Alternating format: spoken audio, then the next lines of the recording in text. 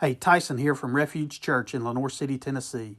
Thank you for listening to our message today. Refuge Church is a family of faith sent to proclaim hope in Jesus Christ through relationships. For more resources and information about Refuge, please visit us on the web at refugeph.com. Today I want to talk about the legacy of a mother. And I'm kind of taking this from the book of Acts because we've been studying the book of Acts on Wednesday nights. If you want to come study the Bible, we study it on Wednesday nights, 6 to 7. Right here, we do it right down the hall. So you can do that. We go through the book of Acts verse by verse. We kind of pull some things out. And we've kind of noticed this theme in there where it talks about this idea of a household. It's mentioned several times in the book of Acts about how a person came to be a believer and their whole household became believers in Jesus Christ. And it makes you get this idea of the importance of a parent. And much of that is the importance of the mother. We've spent, really kind of the last year and a half here at Refuge, our focus has been on men because we want to develop a men's ministry that rivals what our women are doing. Our women are already doing a lot of the ministry here. And we want our men to step up and be part of that. But women carry a lot of the load. We're going to look at a verse today that's kind of controversial in our culture today. I think I can clear that up today for us and what it really means. But we get this idea of this household and the role of a mother in the household cannot be understated. This idea of the household, you think about parents and our job as parents, is even in the qualifications for elders and deacons, it says we must manage our household well. That's part of what God requires for all parents, right? He wants us to manage our household. And we're gonna look at this today in the role of a mother. And in the book of Acts, there's places like where Cornelius, one of the first Gentiles who became a Christian, it says he called Peter to come share the gospel so that his whole household would believe. So Cornelius took it upon himself to call somebody in to share the good news of the gospel to his family. And then we look at the Philippian jailer. When he thought all the prisoners had run away and he was going to kill himself because he knew he would be killed by his boss because he let all the prisoners out and they didn't run away, and Paul and Silas shared the gospel with him. He took them home and said, hey, I want my family to hear this.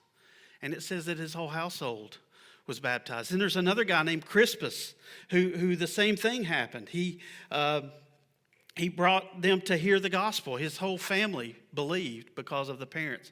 And there's all these statistics out there that say, if a child comes to Christ first, the likelihood of the whole family being followers of Christ is like 30%. But if the parents come to Christ first, that percentage goes up exponentially. Why?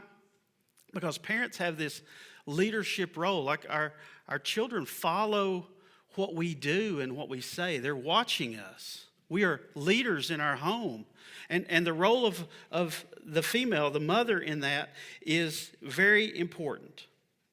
Refuge, our mission statement is Refuge Church is a family of faith sent to proclaim hope in Jesus through relationships. And there's two parts of that apply to a day like today. We're a church family. First of all, we look at ourselves as a family. So we help each other's children come to Christ. We have people who work in Awana who don't even have children. We have grandmothers who work in Awana who are teaching other people's children about Jesus. We have a student pastor who teaches children about Jesus. We have other people who lead small groups who are teaching each other about Jesus. And that's what a family does. We're going to do a baby dedication here at the end. And one of the challenges will be is for us as a church to help these families raise their children. They've chosen to come to church here. And they've entrusted their children with us. Like they're taking them to our nursery. They're going to bring them to our Awana programs. We are going to be helping teach their children. It's a big responsibility, and that's part of being a church family, and that's important to us. And then it says that we're supposed to share hope through relationships. And one of our missions as a church is to use the table. You can tell I like to sit at the table, so that's, a pretty good gospel presentation philosophy. If you like to eat, right? Take people to dinner, share the gospel, live life with people. But part of that idea of in relationships and at the table is at our own home. One of the things that I think families have gotten away from is eating together as a family at the table without the TV on, without your phone in front of you. I think it's good for families to do that. And that's where we can talk about life and we can share stories about what God has done for us. And that's why family is important. But I want to look at this passage here in Acts chapter 16. And as we go into that, it's going to talk about Lydia and her household. But I want you to imagine a world without mothers. Now, I know what you're saying. Mothers are kind of essential for all of us being here. But let's say there was a way around that, okay? And men raised all the kids. What would that look like? It would be wild, okay? I mean, there would be kids just running down the road. Like it would be just utter chaos. But you think about that, right? And it seems kind of even crazy to even consider that. And the reason that seems crazy is because that's how important the role of a mother is. It's that crucial to a child's development and to a family. So let's look at Acts chapter 16. It says in Acts chapter 16, verse 11, it says, from Troas, we put out to sea and sailed straight for Samothrace. I'm guessing at these words, okay? I did go to Lenore City. The next day to Neapolis, and from there to Philippi, a Roman colony and a leading city of the district of Macedonia. We stayed in that city for several days, and on the Sabbath day we went outside to the city gate by a river where we expected to find a place of prayer. We sat down and spoke to the women who gathered there. So here's the picture. They're looking for people to share the gospel to, and they go to a place where they expect people to be praying, and who do they find there? They find a woman praying, a faithful woman. And it says, we sat down and spoke to the women who gathered there, and a God-fearing woman named Lydia, a dealer in purple cloth from the city of Thyatira, was listening. The Lord opened her heart to respond to what Paul was saying, and after she and her household were baptized, she urged us, if you consider me to be a believer in the Lord, come and stay at my house, and she persuaded us. Here we have a mother who came to Christ first. And what did she do? She asked these men to come home and say, hey, you know that story about Jesus? You know that story that changed my life? I want my family to hear it. And listen, this is important. We teach our kids all kinds of things. Who to hang out with, who not to hang out with. Don't touch that, it's hot. We're probably saying don't all the time, right? Don't do this, don't do that. But this is what we do as parents as we train our child. We want them to be wise. We want them to know things. Shouldn't it be very important that we want them to know the Jesus that we know? And this is what Lydia did. This is the importance of a mother. A faithful mother is important. Now, I want to read the passage that gets a bad rap in our culture today. I'm just going to lay that out there, okay? And you're probably saying, why is he reading that on Mother's Day? Well, I have a reason, okay? So let's look at it. It's Titus chapter 2, starting in verse 3 through 5. Now, as we get ready to read this verse, what the culture says about this passage is that it is demeaning to women and it is trying to keep women down. I think this passage is doing the exact opposite of that. And I'll explain. Titus chapter 2, verse 3 through 5. The context of this is they're talking about widows, and older widows should help younger women and train them up and do these things and teach them things and share things. That's the part of being part of a church, is that we learn from other people who've gone before us. Hey, don't do this. I did that and it screwed things up. Like, don't do that. That's good information. So this is kind of what's happening here. Titus chapter 2, verse 3. It says, in the same way, older women are to be reverent in behavior, not slanderers, not slaves to excess drinking. They're to teach what is good, so that they may encourage the young women to love their husbands and to love their children, to be self-controlled, pure, workers at home. That's controversial. I'll cover that in a second. kind and in submission to their husbands, so that God's word will not be slandered. Now, the part about submission really doesn't have anything to do with Mother's Day today, but I'm going to cover it just so we're clear, okay?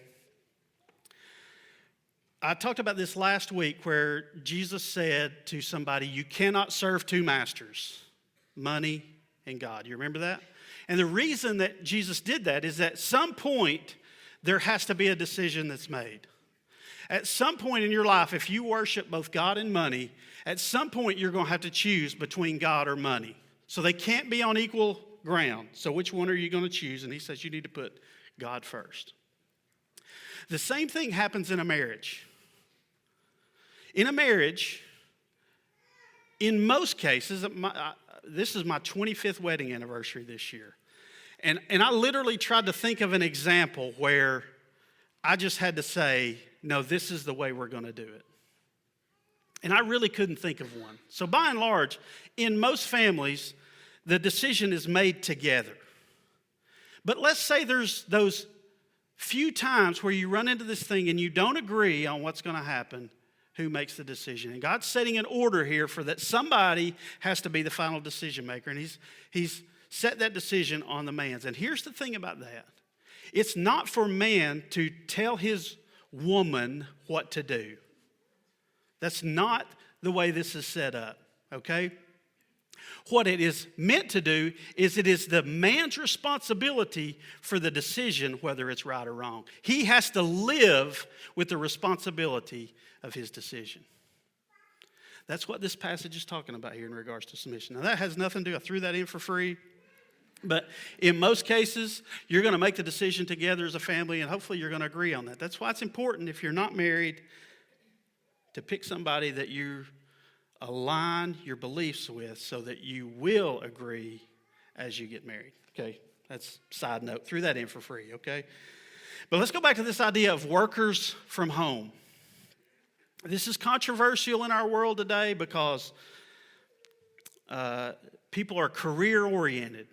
And listen, there's absolutely nothing wrong with being career-oriented. We live in an economy and a time that if you want to buy a house, the dogs have got to get a job, right? So let's be clear. The cat's working, he's mowing the neighbor's yard, the dog's doing all this stuff. Like, I get that, okay? But here's what I think this passage is really telling us. No matter what you do in your day or in your life, the most important thing that a mother does is at home. Think about it. If your boss came to you today and he said, listen, if you want to keep your job, you gotta leave your family. I mean, that's kind of a weird, I couldn't think of a reason why that would happen, but let's just say it happened. I mean, we don't have mothers anyway. I already used that as an example. So we're living in this make-believe world. But let's say that came up. Which one are you going to choose? You're like, bro, I don't even want to come here on Monday. And you're asking me to choose between you and my family? No way. Right? We would choose our family every time. And this is what he's saying. What he's doing is not saying, hey, women need to stay home and men get to go out and work. He's saying, no, the most important thing that needs to happen in this world is us training our children. And moms, I'm giving part of that responsibility to you. Like, you are important in that role in raising a child. That's what I think this passage is telling us. It's not saying, no, you stay home and the man go out and do this and he makes all the rules. It is, no, your role is so important that I need you to do this. I'm a pastor. I have a full-time job. And I would say this, and I think you will agree. Shelley raising my kids is more of a called ministry than my job and my being a pastor here. That's how important the role of a mother is. God created the family first before he ever created the church. And he said, be fruitful and multiply. He wanted us to lead our families. And part of that large role for women who are at home is for them to raise their children. What he's doing in this passage is saying, listen, what I'm giving you is one of the most important roles that exist. And I think that's important. And I think it's important that we talk about it on Mother's Day. I want you to look at this passage in Psalm 127, verse 3 and 4. It says, "Behold, children are a heritage from the Lord, the fruit of the womb, a reward. Like arrows in the hand of a warrior, they are children of one's youth." I want you to think about this passage. I thought about bringing in a prop today, but I'm just not a prop guy. But I want you to think about a bow and arrow. When you draw that thing back and you're going to shoot it at your target, you're aiming it, you're getting it lined up, you're getting the height right, you're checking the wind, you're doing all these things, and then you let it go. And then once that arrow leaves, it's on its own. That as the person who's hunting or whatever you're shooting, you're doing the best you can to aim it where you want it to go. And then you let it go, and then you hope. That's what it's like to be a parent. Now, if you've got parents who've left the nest, that is 100% what it's like. You shoot that arrow out there, and then you're like, I did the best I could. I hope it turns out. But this is the importance of the part that we get. We get 18 years with our kids. And mothers and fathers, your role is important. I'll talk about that on Father's Day. Our role is important as parents to point that bow and arrow where we want it to go so that when we let it go, it goes where we want it to go. So where are we pointing that arrow? And can I tell you where we're pointing it? They're watching us. So whatever we're looking at and whatever we're chasing, that's what they think they need to chase. So what are we doing with our lives to leave a legacy for our children? We're sending them into the world. It says, like arrows in the hand of a warrior.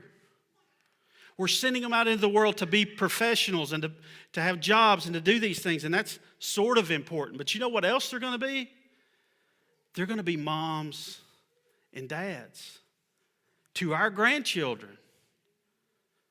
And then they're going to raise children, and they're going to draw their bow back, and they're going to shoot it. And then those kids that they had, they're going to have kids, and they're going to draw their bow back, and they're going to shoot it. And where we're shooting ours matters because it's going to matter down the road. That's the importance of our role as parents and as mothers. The legacy of a mother, I think I talk about this almost every Mother's Day, is the legacy of my grandmother. My grandmother was a lady who lost her husband when she had 5 young boys, like under the age of like 7. She raised them. She was crippled in her hands because she had arthritis. It deteriorated her bones so bad she was hunched over and crippled and always in pain. And then she got cancer. And we never saw her complain. But you know what she did with those 5 boys? She pulled that bow back. She did the best that she could, and she shot it. And those arrows they're out there. And then those 5 boys, they drew their bows back, and they shot them. And those arrows went out. And you know what? Some of those arrows are in this room. And then some of us have shot our bow, looking back at how she shot hers. And some of those arrows are in this room. And this is going to go on and on and on. And here's the legacy of a little old crippled lady from Philadelphia, Tennessee, who lost her husband with 5 young boys. And it is that she shot us in the right direction towards a relationship with the Almighty God. And it keeps going, and it keeps going. That is the legacy of a mother. Thank you for listening to this message today brought to you by Refuge Church. Please visit our website for more resources as well as our YouTube channel. Just search for Refuge Church in Lenoir City, Tennessee to find us. We hope that this message has helped you find hope in Jesus Christ.